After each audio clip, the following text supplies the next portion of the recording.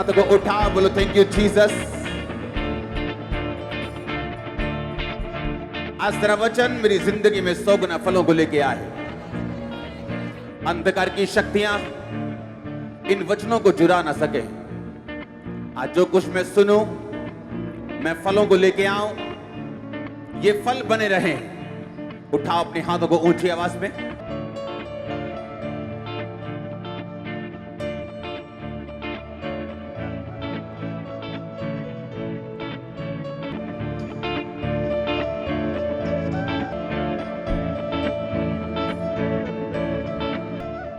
अपने घुटनों पे आओ, अपनी बाइबल को उठाओ, बोलो आज का वचन मेरे लिए हो, मेरी जिंदगी को चेंज करने के लिए। इस वचन को सुनने के बाद मैं सेम ना रहूं। अपनी बाइबल को उठाओ, बोलो इस वचन से मैं प्यार करता हूं, ये मेरे शुद्ध रहने का आधार है, ये मेरे चंगे रहने का आधार है। मैं अपना ध्यान आज इन वचनों के ऊपर लगाऊंगा। अपने होंठों को खोलो, सब जन प्रार्थना में जाओ।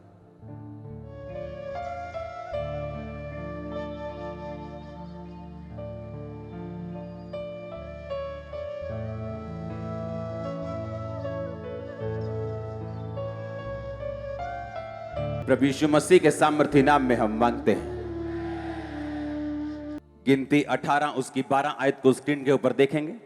फिर उत्तम से उत्तम ताजा तेल, उत्तम से उत्तम नया दाख मधु और गेहूं अर्थात इसकी पहली उपज जो वो यहोवा को दे, मैं तुझको देता हूं। एक बात अपने मन में बिठा लो आज, कि आप लोग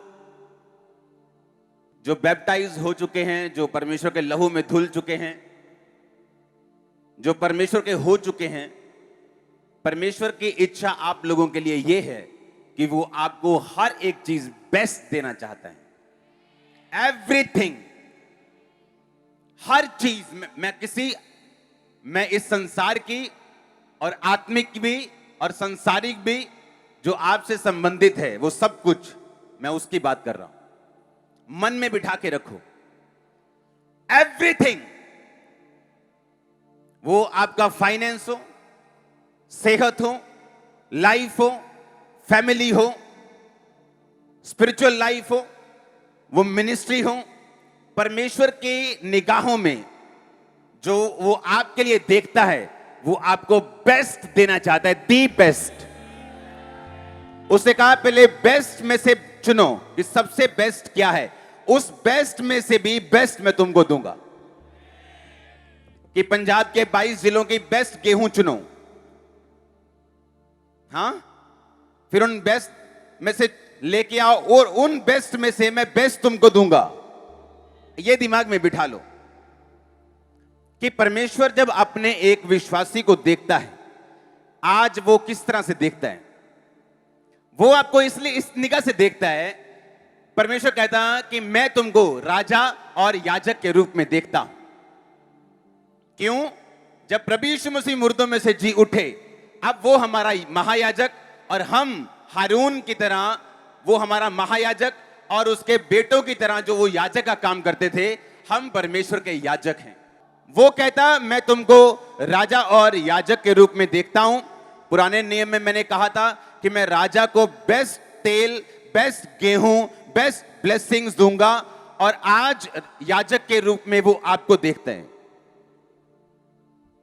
हर बंदा अपना मसला हल करवाना चाहते हैं, लेकिन उसका प्रोसीजर फॉलो करना नहीं चाहता। जो मैं आपको दे रहा हूं वो परमानेंट है, क्योंकि मैं वर्ड से आपको दे रहा हूं। लोग हीलिंग चर्च में जाते, हीलिंग पा लेते हैं, लेकिन उनकी कंडीशन चेंज नहीं होती, क्योंकि कंडीशन चेंज करने वाला वचन है। हीलिंग एक जरिया है। जैसे मेरी लाइफ में हीलिंग एक जरिया थी कि मैं हील होना चाहता था, लेकिन परमेश्वर को कोई प्यार नहीं करता था हमें, और चर्च में मालूम हुआ हीलिंग होती है, इसी कारण मैं चर्च में गया। लेकिन जब परमेश्वर का प्लान समझ आता है, जो हीलिंग से भी ऊपर है, जो आपको बेस्ट लाइफ देने का है। आज से कुछ साल पहले जब मैं मिनिस्ट्री के लिए प्रार्थना कर रहा था, तो परमेश्वर ने मुझे मिनिस्ट्री का लोगो दिया था, जो अभी तक मैंने डिस्क्लोज नहीं किया। उसे कितने साल हो चुके हैं प्रेयर में, आई थिंक 7 से 8 साल। आपने मिनिस्ट्री का लोगो नहीं देखा होगा अभी तक, वो पुराना चल रहा है, वो मैंने नहीं बनाया, वो ऐसे ही टीम ने बनाया हुआ। क्योंकि जो परमेश्वर ने मुझे विजन दिया था उसको डीप समझने के लिए, उसको प्रेयरफुली रखने के लिए अपने सामने, और उसको सामने लेके जाने के लिए एक ग्रेस की जरूरत थी। हालेलुया। अब बाइबल में अगर आप देखेंगे तो 4 तरह के सुसमाचार हैं, मत्ती, मरकुस, लूका, यूहन्ना। जहां बाइबल में 4 नंबर आता है वहां बैलेंस आता है। आपकी जो बेड है उसके कितने पावे हैं? 4। 4 मतलब बैलेंस। जब 4 शब्द आता तो बैलेंस आता है। प्रकाशित वाक्य 5, उसकी 5 आयत जब हम अपनी स्क्रीन के ऊपर पढ़ते हैं, और उसके बाद यहोजकेल 1 उसकी 1 से 14, प्रकाशित वाक्य 4 उसकी 1 से 7। पहले मैं सबसे पढ़ना चाहूंगा प्रकाशित वाक्य 4 उसकी 1 से 7 आयत को। इन बातों के बाद जब मैंने दृष्टि की तो क्या देखता हूं कि स्वर्ग में एक द्वार खुला हुआ है, जिसको मैंने पहली तुरही के से शब्द से अपने साथ बातें करते सुनाता हुआ कहता है, यहां ऊपर आजा, मैं तुझे बातें दिखाऊंगा जिनका इन बातों के बाद पूरा होना अवश्य है।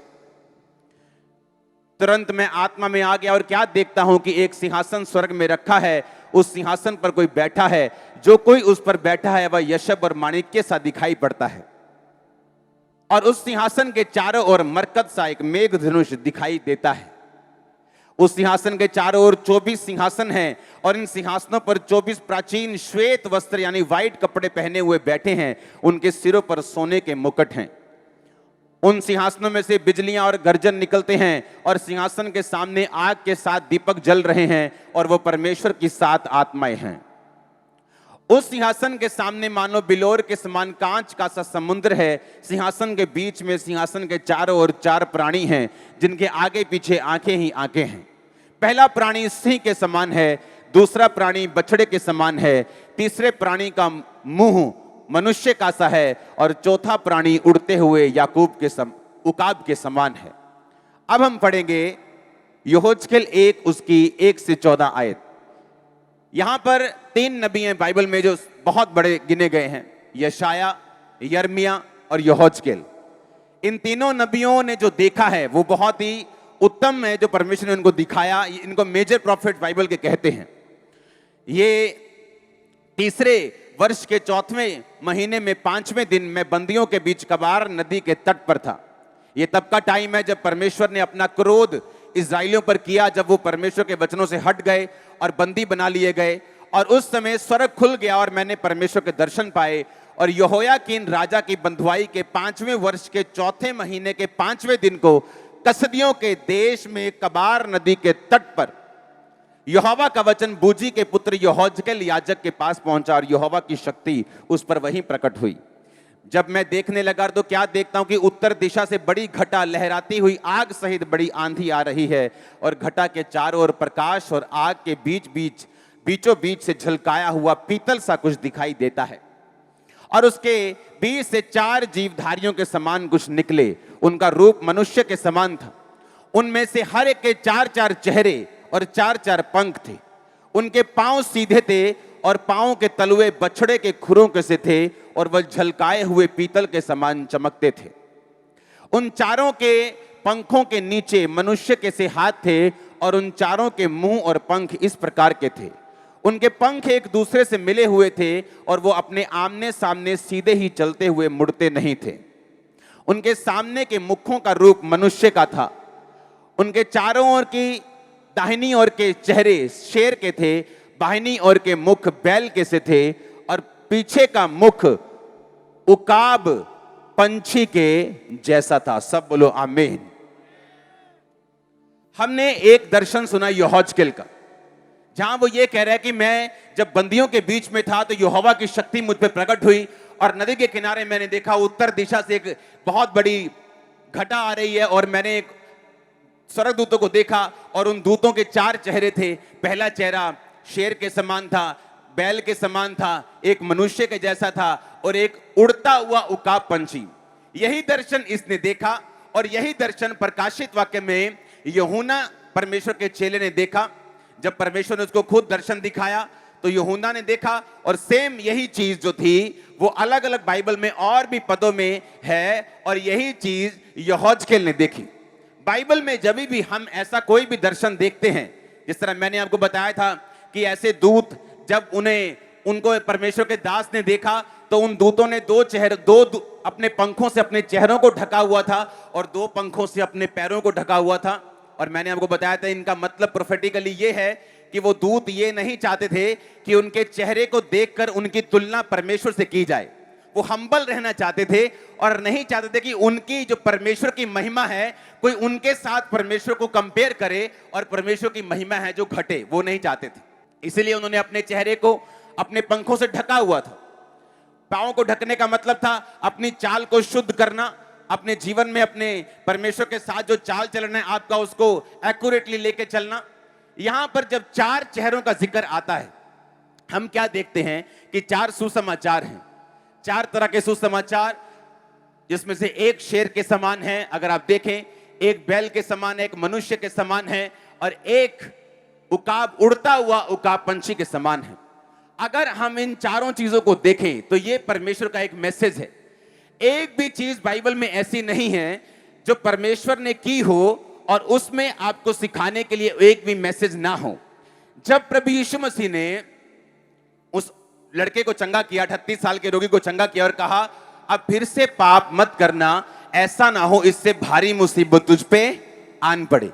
इसका मतलब क्या? हीलिंग लेने से पहले भी और हीलिंग लेने के बाद भी मुझे पाप से क्या रहना है? दूर रहना है। अगर मैं पाप से दूर नहीं रहूंगा तो हो सकता है जो 38 साल से जो रोग था, यीशु मसीह ने कहा इससे भी भारी मुसीबत कोई आ सकती। इमेजिन करो 38 साल में उस व्यक्ति ने अपने सारे फ्रेंड्स लॉस्ट कर दिए थे, क्योंकि उसने कहा, यीशु मसीह ने कहा तू हील होना चाहता है? कहता हाँ, पर मेरे को कोई बंदा नहीं हैगा कि स्वर्गदूत जब पानी हिलाते हैं तो मुझे जल्दी से उतार दे। मैं हील तो होना चाहता हूं पर मेरा कोई रिश्तेदार नहीं, मेरे परिवार ने भी मुझे छोड़ दिया है, मेरे दोस्तों ने भी छोड़ दिया है, कोई ऐसा नहीं जो मुझे आके उस पानी में कुंड में उतार दे। इतनी बड़ी मुसीबत में होने के बावजूद यीशु मसीह ने क्या कहा? इससे भी भारी मुसीबत तुझ पे आ सकती है अगर तू पाप नहीं छोड़ेगा। यीशु मसीह ने एक एक वर्ड में हमें एक रेवलेशन दी है, हमें एक मैसेज दी है। यह बात मैंने इस पद से इसलिए शुरू की है कि आपको यह बात समझ हो कि परमेश्वर अगर आपको देखता है, वो इस आंख से, इस सोच से, इस दिल से देख रहा है कि मैं अपने बच्चों को बेस्ट देना चाहता हूं, बी बेस्ट। आप जिस मर्जी पोजीशन में हो, मैं आपको प्रोफेसी दे रहा हूं, आप बेस्ट की ओर जा रहे हैं आज से यीशु मसीह के नाम में। आप अगर बीमार के रूप में आए हैं यहां पे, आज हीलिंग आपका हिस्सा होगी यीशु मसीह के सामर्थ्य नाम में हुआ। आमीन हो जा, हालेलुया। अब 4 चेहरों का जिक्र बाइबल में किया गया। उन 4 चेहरों को आप स्क्रीन पे हम देखेंगे। जब उन 4 चेहरों को हम अपनी स्क्रीन पे देखते हैं तो वो इस तरह के थे। इसको फुल स्क्रीन पे दिखाऊं। एक चेहरा इंसान का, एक शेर का, एक उड़ते हुए उकाब का और एक बैल का। अब ध्यान से मेरी बात सुनना, यह परमेश्वर का एक मैसेज था। परमेश्वर यह चाहता है कि उसके लोग जो हैं वो आलसी ना हो, वो बेस्ट हो। वो क्या हो? वो बेस्ट हो। इन चेहरों के बारे में हम बात करेंगे आज संडे शाम को, जब तक ये खत्म नहीं होता। 4 तरह के सुसमाचार हैं और ये 4 सुसमाचार परमेश्वर हमें पहले से ही दे रहा है। और उसने प्रकाशित वाक्य में भी कहा कि एक का चेहरा शेर के समान, एक का मनुष्य के समान, एक का बैल के समान और एक का उड़ते हुए उकाब पंछी के समान था। जब हम शेर की बात करते हैं, शेर दिखाता है बड़े दिल को, साहस को, ताकत को, लीडरशिप को, ना डरने को। अगर आप देखें तो जंगल में जो सबसे ताकतवर जानवर है वो शेर नहीं, लेकिन फिर भी शेर जंगल का राजा कहलाता है। अगर शेर और टाइगर की, बाघ की लड़ाई हो जाए तो बाघ उसे हरा सकता है और 100 में से 70-80 बार उसे हरा देगा, लेकिन फिर भी जो बाघ है वो जंगल का राजा नहीं। जंगल का राजा शेर को ही बोला जाता है। पता है क्यों? शेर का अगर आप पोस्टमार्टम करें, उसका हार्ट बड़ा होता है बाघ से भी। शेर मर जाएगा लेकिन लड़ना कभी नहीं छोड़ेगा, पीछे कभी नहीं हटेगा। मर जाएगा वो, अगर बाघ को लगेगा कि मैं मर रहा हूं, वो भाग सकता है। शेर को लगेगा अगर मैं मर रहा हूं, वो भागने की कोशिश नहीं करता, वो लड़ता है, उसका हार्ट बड़ा है। अगर हम एक चेहरा शेर के रूप में देखते हैं, उसका एक मतलब है।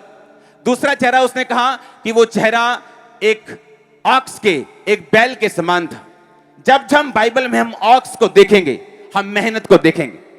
आज हर बंदा शेर बनना चाहता है, लेकिन इन 4 चेहरों को पूरे किए बिना आप इफेक्टिवली याजक नहीं बन सकते।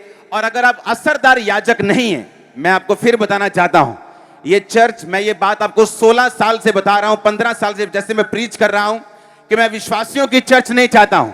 मैं पास्टर्स, आप पास्टर्स हैं, आप इवेंजलिस्ट हैं, आप सेवक हैं, आप परमेश्वर के सेवा करने वाले। ये मैं कब से बता रहा हूं आपको, ये मैं आपको शुरू से बता रहा हूं कि वो विश्वासियों की मंडली नहीं चाहता हूं जो कंफर्टेबल सरमन सुनने के लिए आते हैं, पास्टर साहब से हैंडशेक करते हैं, प्रार्थना करवाते हैं और उसके बाद चले जाते हैं। मैं आपको चैलेंज करने के लिए आया हूं, क्योंकि मैं बाइबल को आपकी लाइफ में पूरा होता हुआ देखना चाहता हूं।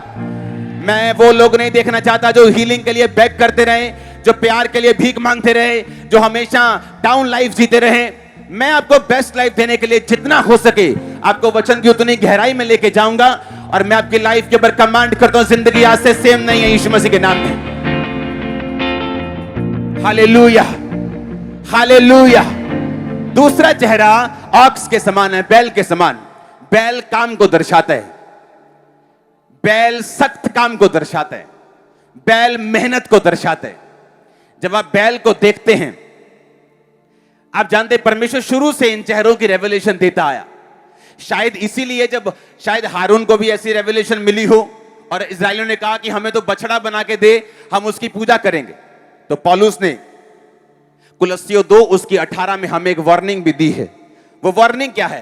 कहता कोई मनुष्य आत्महीनता और स्वर्गदूतों की पूजा करके तुम्हें इस दौड़ के प्रतिफल से वंचित ना करे। कहता है इसका मतलब यह नहीं है कि तुम इन चीजों की क्या करो, पूजा करो, तुम ये लोगो लगा लो और सुबह हाथ जोड़ो। ओके, कहता कोई भी मनुष्य तुम्हें स्वर्गदूतों की पूजा करके इस दौड़ से पीछे ना कर दे, क्योंकि ये स्वर्गदूत हैं, परमेश्वर नहीं। इसीलिए स्वर्गदूत ने अपने चेहरे को ढक लिया कि जब तुम मुझे देखो तो ऐसा ना कहो कि वाओ देखो परमेश्वर जैसा लग रहा है, कितना सुंदर है। उसने कहा मैं अपना चेहरा ढांक लूंगा ताकि तुम्हारी निगाहें परमेश्वर की ओर ही रहें। हालेलुया। अब पौलुस कहता कि तुम स्वर्गदूतों की पूजा करके अपने आप को इस दौड़ से वंचित मत कर देना, पीछे मत रख लेना। जहां जहां आप बैल देखते हैं, आप ताकत को देखते हैं। बैल का मतलब है, आप एक पुराने टाइम में ट्रैक्टर नहीं होते थे, अलग अलग तरह के हथियार नहीं होते थे। बैलों के ऊपर एक जुआ डाल के सारे जमीन को पोला किया, उसको सॉफ्ट करके उसको तैयार किया जाता था। जिनके पास बैल होते थे वो अमीर होते थे। जब एलिया एलीशा को चुनने के लिए आया सेवा के लिए, तो उसके पास 12 जोड़ी बैल थे। बैल मतलब प्रोस्पेरिटी। जिनके पास बैल होते थे, बैल का मतलब है ताकत। बैल कभी थक के बैठते नहीं, लगातार काम कर सकते हैं, बड़े आराम से काम कर सकते हैं, बड़ी दूर तक आपको लेके जा सकते हैं। और परमेश्वर ने क्या कहा? उसने कहा हे दुनिया के थके हारे और बोझ नीचे दबे लोगों, मेरे पास आओ, मैं तुम्हें विश्राम दूंगा। मेरा जुआ अपने ऊपर उठा लो और अपना जुआ मुझे दे दो। हम जब भी देखते हैं बैल 2 की जोड़ी में होते हैं, परमेश्वर कहता अपना जुआ क्या कर, मुझे दे, और मेरा जुआ खुद रख के मेरे साथ खेत में चल, मेरे साथ रूहों को बचा, मेरे साथ। कितने मेरी बात को समझ रहे हैं? उसने कहा मेरा जुआ हल्का है, आमीन। तेरा जुआ भारा है, तू अपनी लाइफ से थक चुका है, बीमारियों से लड़ लड़ के, कमेटियां डाल डाल के, सब तू फाइनेंस खराब कर चुका है, सेहत खराब कर चुका है, लाइफ खराब कर चुका है, फैमिली खराब कर चुका है। तेरा जुआ भारा है, मेरा जुआ हल्का है, उसे ले ले, आ चल सेवा करते, मैं तुम्हें बेस्ट दूंगा, बेस्ट बेस्ट बेस्ट बेस्ट। उसने कहा तुम्हारा जुआ भारा है, तुम नहीं उठा सकते, मेरा जुआ हल्का है। और बैलों पे क्या डालते थे? जुआ। उस पे जुआ डाल के उसके पीछे खड़े होके जमीन को फिर सॉफ्ट करके उसे बीज डालने के लिए तैयार करते थे। मैंने देखा लोगों को, उनको सेवा का काम करना नहीं आता, मेहनत करनी नहीं आती, उन्हें लगता है सिर्फ प्रार्थना करेंगे और सारा कुछ हो जाएगा। परमेश्वर ने 4 चेहरों में एक बैल का चेहरा इसलिए रखा कि हम बैल की लाइफ को स्टडी करें कि बैल किस तरह से काम करता है, किस तरह से वो दिन रात अपने मालिक के लिए खेतों में जाता है, गंदे खेतों में, मिट्टी वाले खेतों में मिट्टी के साथ मिट्टी हो जाता है ताकि वो फसल जो मालिक चाहता है उसे पैदा किया जा सके। एक बात को हमेशा याद रखो, अगर बाइबल ने हमें यह रेवलेशन दी है कि एक चेहरा उसने बैल का सा देखा, वो आपके लिए और मेरे लिए मैसेज था। आज इस महीने में इस चर्च से कम 10 से 15 लाख लोगों ने इंडिविजुअली सुसमाचार सुना है। मैं टीवी की बात नहीं कर रहा हूं जहां लाखों लोग सुनते हैं, मैं यूट्यूब की बात नहीं कर रहा हूं 1 करोड़ लोग सुनते हैं, मैं दूसरे माध्यम की बात नहीं कर रहा हूं फेसबुक से भी लाखों लोग सुनते हैं। मैं सिर्फ इंडिविजुअल बात कर रहा हूं, अकेला अकेला, ऐसे मैं और ऐसे सड़क पे जाके ऐसा एक तू 15 लाख एक महीने में लोगों ने सुसमाचार सुना है। अब सुनो ध्यान से, आपको क्या लगता है कि सिर्फ प्रार्थना से हो रहा है? आज जो काम मेरी टीम कर रही वो काम मैंने किया है। आज भी आपके क्रिश्चियन गांव में अगर आप मुझे लेके जाएंगे, मैं आपको रास्ता बताऊं कौन सा घर किधर है, कौन सी गली किधर है। और जब मैं ये काम पंफलेट बांटने के लिए और सुसमाचार देने के लिए जाता था, दुखी होकर नहीं, एक्साइटमेंट में। और मोस्टली मेरा विरोध उस गांव के क्रिश्चियन लड़के करते थे। कभी किसी के साथ लड़े नहीं, अपना काम किया, सुसमाचार, प्रचार।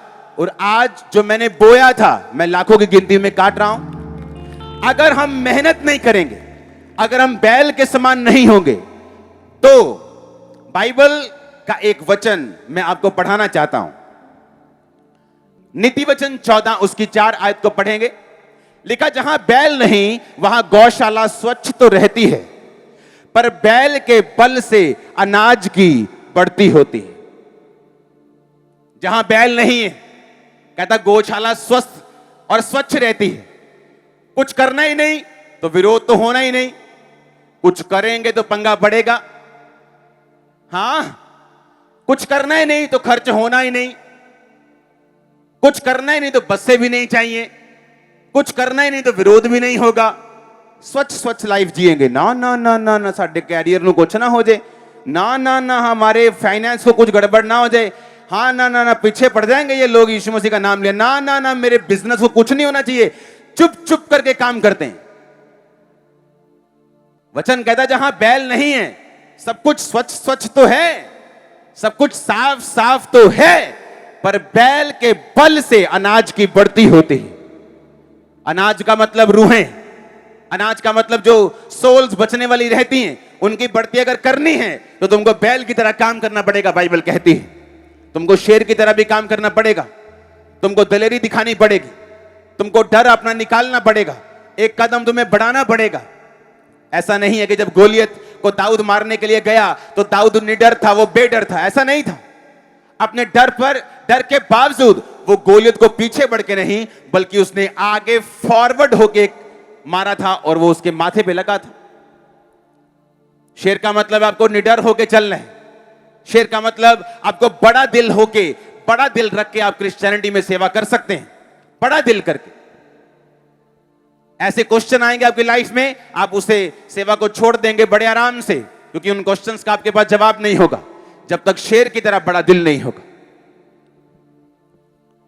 अगर शेर की तरह बड़ा दिल होगा, आप हर चीज को ओवरकम कर लोगे। हर सवाल का जवाब अगर ना भी हो तो भी आप परमेश्वर की सेवा को करोगे, क्योंकि शैतान को यह बात मालूम है। उसे मालूम है कि एक व्यक्ति का मसीह में आना, उसका चंगा होना। बाइबल कहती है यीशु मसीह पतरस के सास के घर गए और पतरस की सास बीमार थी।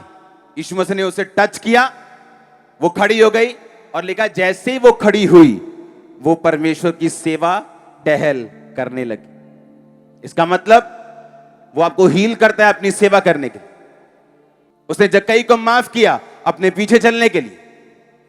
परमेश्वर का लास्ट टारगेट यही है कि आप प्रचार करें, आप सेवा करें, आप लोगों को परमेश्वर के बारे में सिखाएं, उन्हें चेला बनाएं। और यही ब्लेसिंग का कारण मैंने देखा है। जो ब्लेसिंग सेवा करने वाले लोगों की लाइफ में है, जो प्रोटेक्शन उनके परिवार की, उनके फाइनेंस की, उनकी लाइफ की, वो किसी विश्वासी की लाइफ में नहीं है जो सेवा करने वालों की लाइफ में। क्यों? वचन कहता है, परमेश्वर ने कहा मैं तुम्हें बेस्ट दूंगा, मैंने तुम्हें चुना ही इसलिए है। आप चर्च में क्यों आ रहे हैं? मोस्टली लोग हील हो चुके चर्च में आके, बहुत से लोगों की दुष्ट आत्माएं जा चुकी हैं। अब चर्च आने का फिर क्या मकसद है? ताकि हम परमेश्वर के वचन को सीखें, ताकि परमेश्वर के हाथ में क्या है वो सीखें, और उसके बाद हम सेवा के काम में जाएं और सेवा करें, ताकि जो कुछ परमेश्वर में बेस्ट देना चाहता है हमारी लाइफ में एंटर कर सके। परमेश्वर ये चाहता है आपकी लाइफ में। इसलिए उसने कहा, यहोशू ने कहता, मैं तो अपने घराने समेत यहोवा की सेवा करूंगा। अगर सेवा सबने नहीं करनी तो वो क्यों बोलेगा आम पब्लिक को कि मैं तो अपने घराने समेत यहोवा की सेवा करूंगा? तुम चुन लो तुम किसकी सेवा करना चाहते हो। अगर सब लोगों की सेवा नहीं लगी हुई तो फिर उसने ऐसा क्यों बोला? उसको मालूम था कि तुम बनाए ही सेवा करने के लिए गए हो। हर बंदा पास्टर नहीं, हर इवेंजलिस्ट नहीं, लेकिन हर बंदा सुसमाचार को सुनाने वाला होना चाहिए। आज एक बुजुर्ग होके हॉस्पिटल के चक्कर मारने की बजाय अगर हम सुसमाचार में चले जाएं तो परमेश्वर हमारी सेहत का ध्यान रखेगा।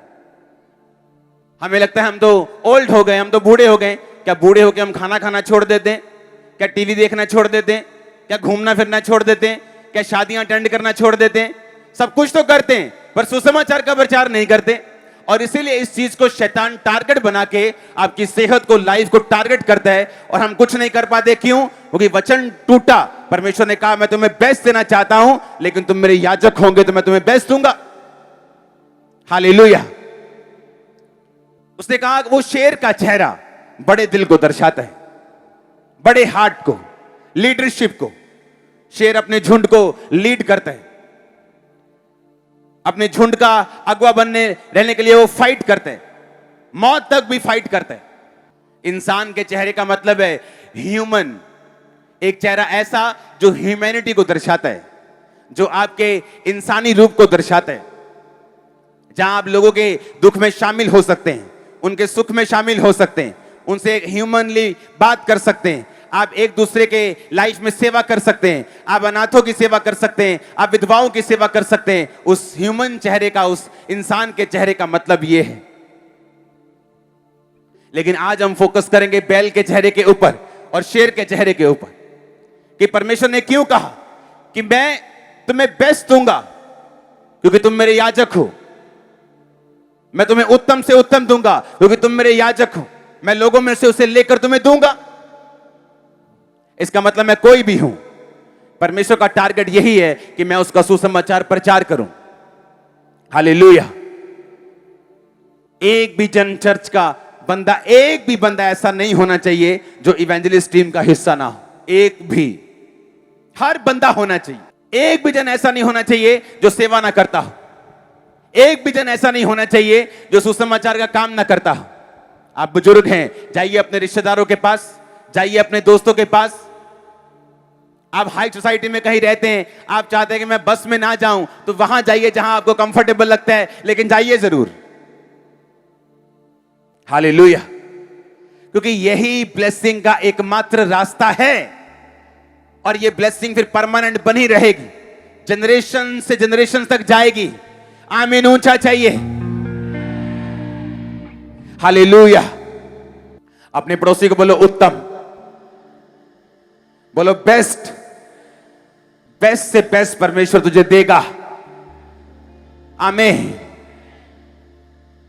आपको यह बात समझनी है कि आपके चर्च में आने का मकसद, आपका मकसद हीलिंग हो सकता है, लेकिन आपको परमेश्वर हील करके, आपको डिलीवर करके, आपको फ्री करके, आपको उससे एक बेस्ट लाइफ देना चाहता है, उत्तम जीवन देना चाहता है, जो आपके इमेजिनेशन से परे है। वो आपकी लाइफ में होगा आने वाले समय में। अगर आपका आमीन ऊंचा और रिसीव करते हैं आप तो हालेलुया। ऊंची आवाज में बोलो हालेलुया। प्रकाशित वाक्य 5 उसकी 5 आयत को पढ़ेंगे। उसमें क्या लिखा? उसमें लिखा, इस पर उन प्राचीनों में से एक ने मुझसे कहा, मत रो, देख यहूदा के गोत्र का वह शेर जो दाऊद का मूल है, उस पुस्तक को खोलने और उसकी 7 मोहरें तोड़ने के लिए जयवंत हुआ है। यीशु मसीह को आपने बैल की तरह देखा, काम करते हुए देखा, अपने घर की जिम्मेवारियों को निभाते हुए भी देखा। सेवा करने के साथ साथ बाइबल कहती है वो अपने पिता के साथ काम भी करते रहे। दिन रात उन्होंने सेवा भी की, लोगों के बीच में भी रहे, लोगों को खाना भी खिलाया, लोगों को हील भी किया, लोगों के आंसू भी पहुंचे, मेहनत भी की। मार्ग में लिखा यीशु मार्ग का थका हुआ है जब एक कुएं पर बैठा। इसका मतलब वो शरीर में थकता भी था, लेकिन फिर भी उसने सेवा की।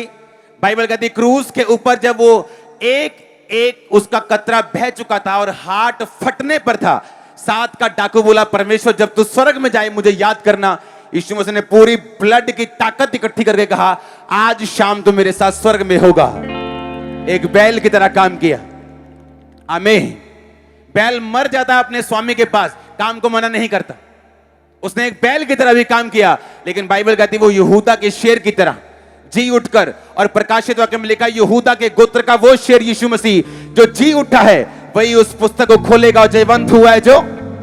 इसका मतलब वो शेर भी है, वो यहूदा के गोत्र का वो बब्बर शेर यीशु मसीह को बोलते हैं। वो सिंह भी है, वो बैल भी है, वो इंसान भी है, क्योंकि वो लाजर की कब्र पे जाके रोया भी। उसने खुशी के साथ खुशी मनाई। वो दोस्त अपने चेलों के साथ शादी पर भी गया। वो दुखी भी हुआ, वो आनंदित भी हुआ, वो ह्यूमन भी था। आमीन।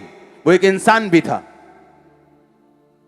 अब आपको यह बात ध्यान रखनी है कि अगर बाइबल में परमेश्वर ने यह दर्शन बार बार यहोजकेल को दिया, यूहन्ना को दिया, ये 4 सुसमाचार क्यों लिखे बाइबल में? सब सुसमाचार एक जैसे लगेंगे आपको, लेकिन है एक जैसे नहीं।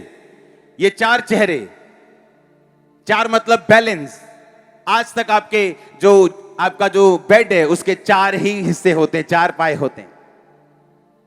आज तक जितने एरोप्लेन बने, कितनी बड़ी टेक्नोलॉजी आ गई, लेकिन सारे एरोप्लेन पंछी की शेप के हैं। हमारी धरती इस यूनिवर्स में खुली घूम रही है ना। लाखों खरबों टुकड़े धरती से भी बड़े बड़े आसमान में घूमते हैं, एक भी धरती पे गिरता नहीं। क्या लगता है? फिल्में आती, ये बचा लिया एक धरती से, ऐसे मारा, फायर कर दिया, फलाना मैन ढिमकाना मैन। जब कोरोना वायरस आया, परमेश्वर ने सबके घुटने लगवा दिए। आपको क्या लगता है? परमेश्वर से कोई जीत नहीं सकता। हमें जो ब्लेसिंग मिलनी है, हम चाहे घुमा के आए, दुखी होके आए या सीधे होके चले, कैसे भी है, ब्लेसिंग का रास्ता यही है जो मैं आपको बता रहा हूं। हर एक व्यक्ति, चर्च का हर एक व्यक्ति सुसमाचार के साथ डायरेक्ट या इनडायरेक्ट जुड़ा होना चाहिए। हर एक व्यक्ति वो सेवा के साथ अटैच होना चाहिए। हर एक बंदा, अमीर से लेके गरीब, सभी लोग। मोस्टली चर्चेस में क्या होता है, जो अमीर लोग होते हैं, पास्टर्स उनको रिश्तेदार बना लेते। ये मेरा मामा है, ये मेरा नाना है, ये मेरा दादा है, ये मेरे बच्चों का पापा है, क्योंकि वो अमीर है। उसको चैलेंज नहीं करते, उसको चुनौती नहीं देते, उसको कंफर्टेबल रखते हैं ताकि ऑफरिंग आती रहे। लेकिन यहां ऐसा नहीं, आपको चैलेंज दिया जाता है। अगर आप अमीर हैं, गरीब हैं, जाओ, सुसमाचार पकड़ो, काम करो, रूहों को बचाओ। ये ब्लेसिंग लेने का एकमात्र तरीका है और कोई नहीं। आमीन। क्योंकि कोई काम ऐसे हैं जो सिर्फ आम लोग कर सकते हैं, कोई काम ऐसे हैं जो सिर्फ अमीर लोग कर सकते हैं, लेकिन उनको उनकी चुनौतियों को, उनको चैलेंज नहीं दिया जाता, उनको जगाया नहीं जाता। उनकी ब्लेसिंग को देके ओवरवेल्म हो जाते हैं लोग, और उसके बाद फिर कुछ नहीं बचता। ना तो वो लोग ब्लेस हो पाते पूरी तरह से, परमेश्वर की इच्छा को पूरा नहीं कर पाते, और पास्टर्स तो पीछे हैं ही इस मामले में। हालेलुया। ये आपका चैलेंज है। लाइफ को सुधारो, क्लीन करो, रो परमेश्वर के सामने जाके, प्रभु मेरी जिंदगी को साफ कर और मुझे अपने लिए इस्तेमाल कर। देखो क्या होता है। वो आपका बाप कैसे आपके लिए बेस्ट रिश्तों को ढूंढता है, वो आपका बाप कैसे आपके लिए बेस्ट कैरियर को ढूंढता है, वो आपका बाप कैसे आपको हील करता है, वो आपका बाप कैसे आपको ऊंचाई पे लेके जाता है, वो आपके दुश्मनों को कैसे आपके सामने हलीम करता है। वो देखो फिर क्या करता है आपकी लाइफ में। आमीन। वो देखो तो सही वो क्या करता है। उसका जुआ उठाओ तो सही। आमीन। उसने कहा मेरा जुआ सहज है, मेरा जुआ हल्का है। आजा बैल की तरह, मैं तेरा साथी बैल, मैं तेरा सहकर्मी, तू इधर और मैं इधर। चल जुआ उठाते हैं और खेत में चलते हैं और काम करते हैं और पिता के लिए रूहों को बचाते हैं। आमीन। फिर बैलों का ध्यान भी रखता है मालिक। बादाम भी खाते कई बैल, इंसान को चाहे मिले ना मिले। हाँ, डाइट खाते हैं वो, क्योंकि उनका मालिक जानता है कि ये काम का बैल है, ये निठल्ला बैल नहीं, ये काम करता है खेतों में से, ये सोने को उगाता है, फसल को उगाता है। हालेलुया। जब किसान फसल को उगाकर बेचकर सोना खरीदता है तो वो क्या सोना नहीं उगा उसकी फसल में? उसने कहा तू बैल की तरह मेरे साथ काम कर। इसलिए उस चेहरे में हमें एक चेहरा बैल का दिखता है, एक चेहरा हमें शेर का दिखता है, एक चेहरा उड़ते हुए उकाब का दिखता है, एक चेहरा हमें इंसान का दिखता है। और जब यहोशू ने विजन देखा, उसके बाद सेम विजन प्रकाशित वाक्य के यूहन्ना ने देखा कि 4 तरह के मुंह उसने देखे, इंसान के जैसा, शेर के जैसा, बैल के जैसा, उड़ते हुए उकाब के जैसा। आपकी लाइफ की प्रॉब्लम सो हो सकती है, यहां पे लाखों लोग बैठे हैं, लाखों लोगों की अलग अलग हो सकती है, हल सबका एक ही है। परमेश्वर के साथ जुड़ जाओ, सेवा करो, उसके काम में चले जाओ, देखो वो कैसे आपका ध्यान रखता है, कैसे आपका ख्याल रखता है, कैसे आपको बचा के रखता है, कैसे ऊपर रख करके रखता है, सुरक्षित रखता है, दुश्मनों से आजाद करके रखता है। वो आपको, उसे मालूम है फिर आपको किस फाइनेंस की जरूरत है, कौन सी आपकी जरूरतें हैं। वो स्वर्ग को आपके पीछे लगाएगा आपकी जरूरतों को पूरा करने के लिए। मैंने कहा स्वर्ग आपको बैक करता हुआ दिखाई देगा। ये प्रोफेसी है, ये वर्ड नहीं। मैंने कहा स्वर्ग आपको बैक करता हुआ दिखाई देगा आपके पीछे, यीशु मसीह के नाम में। स्वर्ग आपको बैक करेगा, हेवन आपको बैक करेगा। आप देखेंगे मैं इस काबिल नहीं था, लेकिन खुदा ने मुझे दिया ये फाइनेंस, ये लाइफ, ये सेहत, ये फैमिली, ये रिश्ता, ये ब्लेसिंग, ये सब कुछ ये खुदा ने मुझे दिया क्योंकि मैं सेवा के साथ जुड़ा हुआ था। मैंने देखा अपनी लाइफ में पर्सनली, मेरे आसपास के लोगों कि वो काबिल नहीं थे, लेकिन सेवा में होने के कारण उनके रिश्ते बेस्ट हुए, फाइनेंस बेस्ट है। जैसे ही सेवा से निकाले गए फिर से उसी लेवल पे आ गए, उसी लेवल पे, सेम गिफ्ट, सेम बंदा, सेम सब कुछ, लेकिन लाइफ ही चेंज हो गई, गड़बड़ गड़बड़ घोटाला हो गया सब तरफ। सेम बंदा, वही गिफ्ट, मिनिस्ट्री में 10 गुना ब्लेस्ड। ये नहीं कि मिनिस्ट्री लाखों दे रही, नो, हेवन ऊपर खड़ा हो जाता है आपके, हेवन, स्वर्ग आपके पीछे लग जाता है, स्वर्ग आपको बैक करता है, वो आपको सुरक्षित रखता है। ओ आमीन, ऊंचा चाहिए चर्च। हालेलुया। अब मुझे ये देखना है कि कौन सी ऐसी दिक्कत है जो मुझे सेवा करने से रोकती है। क्या वो डर है लोगों का, मेरे घर के फैमिली मेंबर्स का, सरपंच साहब का, के एमएलए साहब का? वो कौन सा डर है जो मुझे रोक रहे हैं? उस डर को आज नाश कर दो, यहीं पे खत्म कर दो उसको। क्योंकि डर वाले लोग कभी रिजल्ट नहीं देख पाते। अगर एक लेवल से दूसरे लेवल पे जाना है तो डर वाले लोग, डरपोक लोग उसके राज्य के वारिस नहीं बन सकते।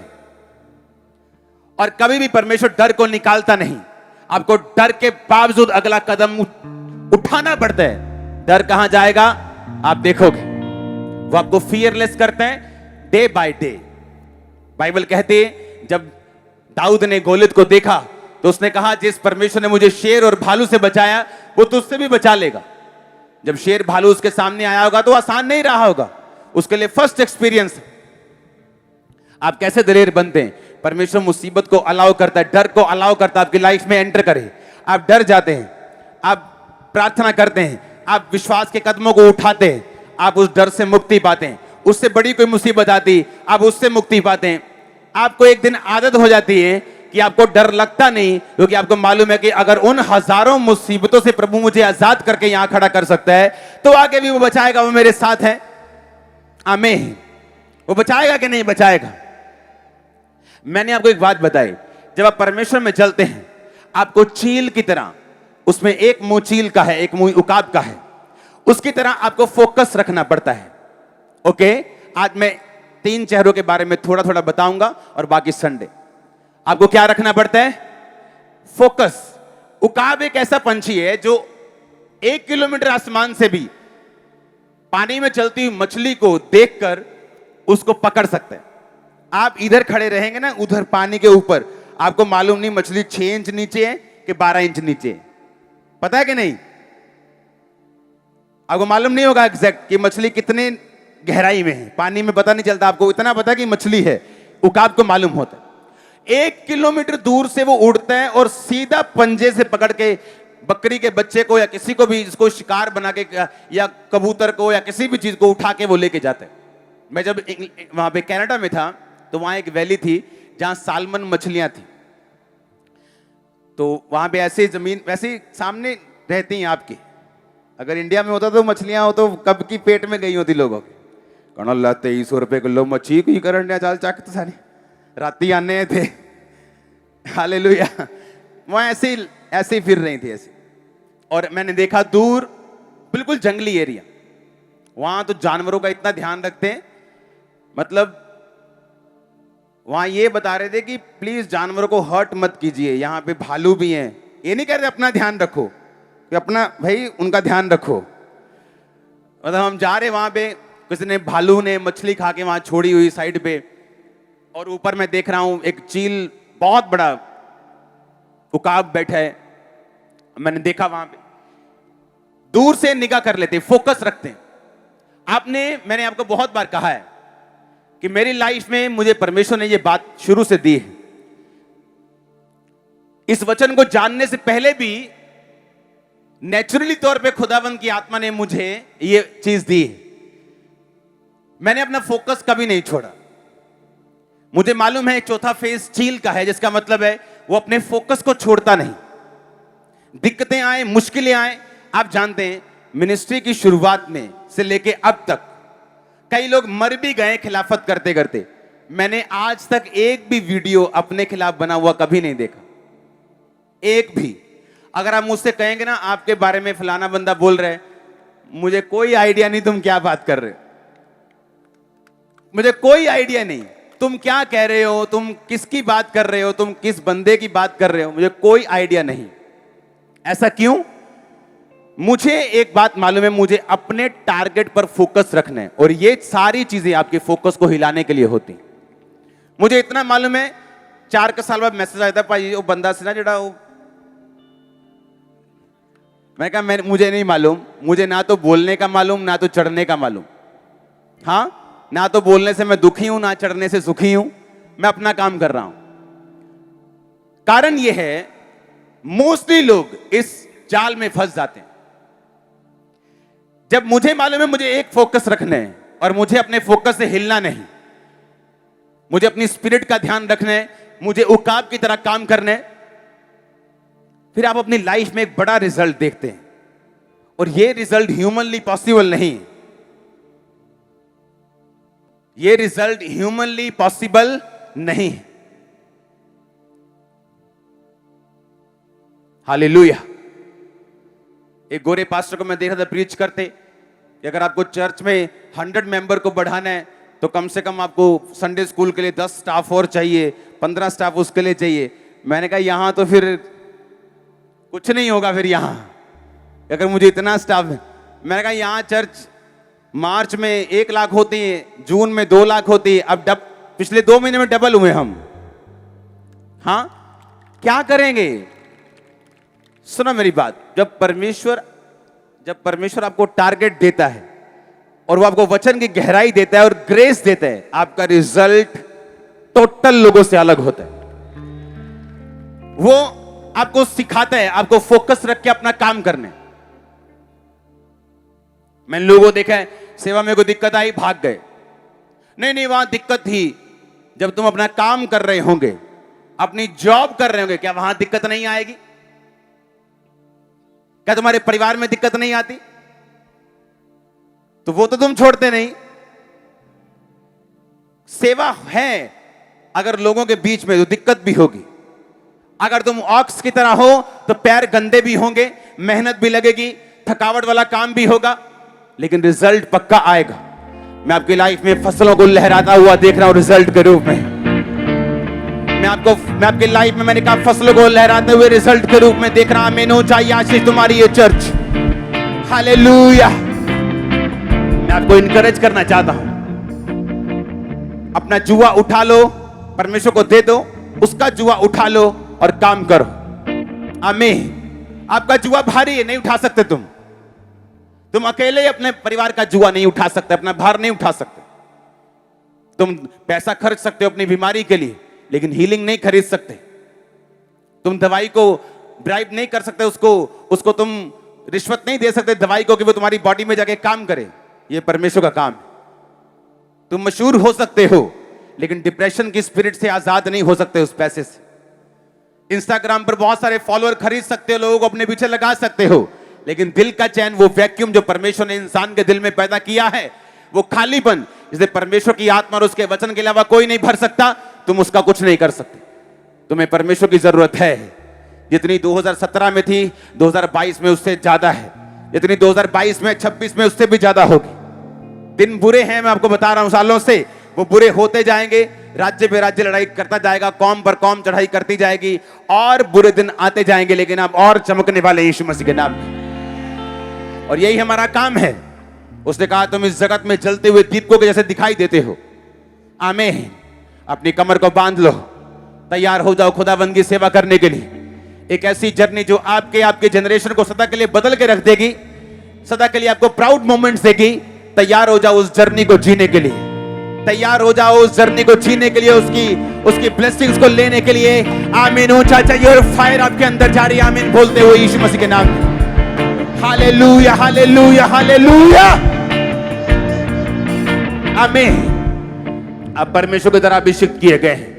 आपके पांव भी खुदावंद अभिषिक्त करेगा कि आपको कहां जाना है।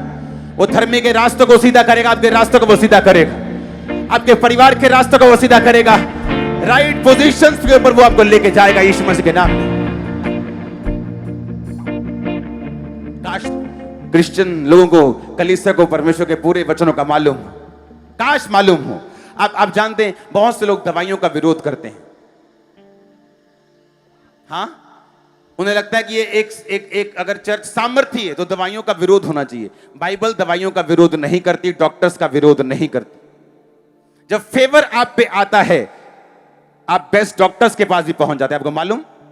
लेकिन कोई आपको बताता नहीं ये बात, क्योंकि कोई अपने पे नहीं लेना चाहता। यीशु मसीह ने मिट्टी के साथ चंगा किया, सिर्फ ले हैंड से नहीं। जब फेवर आप पे आता है, पूरा वर्ल्ड, लाखों दूत आपके फेवर में काम करने लगते हैं। आपका रास्ता भी सही होता है। मैंने बताया था ना आपको, पहाड़ों में जाते रास्ता भटक गया मैं, गूगल देखकर भी, और जैसे ही उतरा, ओ तुसी जैम्स, और वो औरत बच गई। कहां पहाड़ों में, ओ मतलब पूरे घने, मतलब गांव की बात कर रहा हूं मैं, जहां सड़क भी ऐसी नहीं है कि दो गाड़ियां इधर उधर आपस में निकल सकें इधर उधर से। अगर आप परमेश्वर की सेवा करते हैं, आप बेस्ट रास्ते के ऊपर हैं। आप बेस्ट को रिसीव करें, आप बेस्ट को पाएंगे। आमीन। ऊंचा चाहिए चर्च। हालेलुया। मेरे को एक बात मालूम थी, अगर नोकिया कंपनी, अगर आईफोन कंपनी, अगर एप्पल कंपनी, सैमसंग कंपनी अपने डिफेक्टेड मोबाइल को लॉन्च नहीं करती, तो परमेश्वर भी नहीं चाहता कि उसके लोग डिफेक्टेड हों, उसके लोग व्यभिचार में रह के सेवा करें, उसके लोग पाप में रह के सेवा करें, हीलिंग को बेच कर सेवा करें। परमेश्वर नहीं चाहता। अपनी लाइफ को देखो, इसको जांचो, इसको परखो, इसको काबू में रखो, सेवा करो, उस पथ पे, उस रास्ते पे निकलो, देखो क्या होता है। मैं आपको चैलेंज करता हूं, फिर देखो क्या होता है। और ये आसान नहीं है। और याद रखना, आपको दिल बढ़ा के रखना पड़ेगा।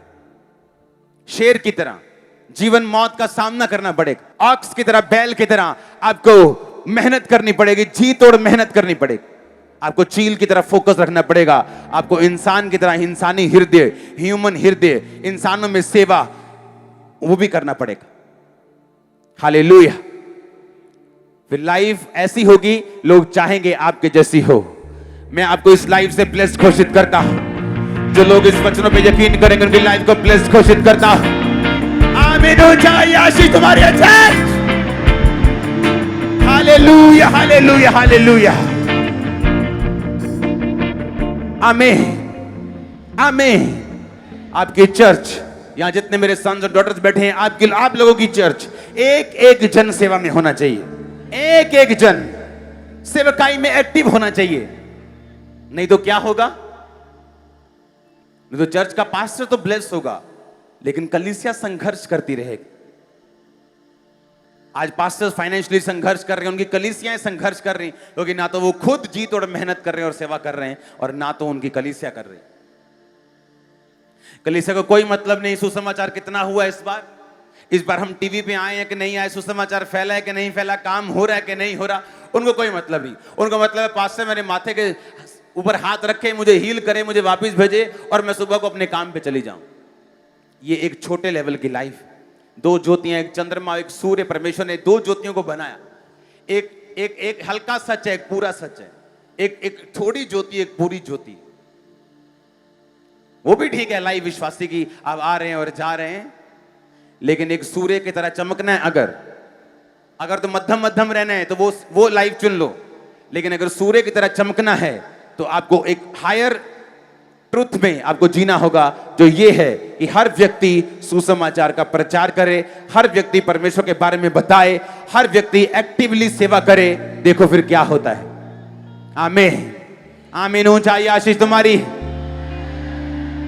मोस्टली जब लोग सेवा करते हैं पाप से बचे रहते हैं।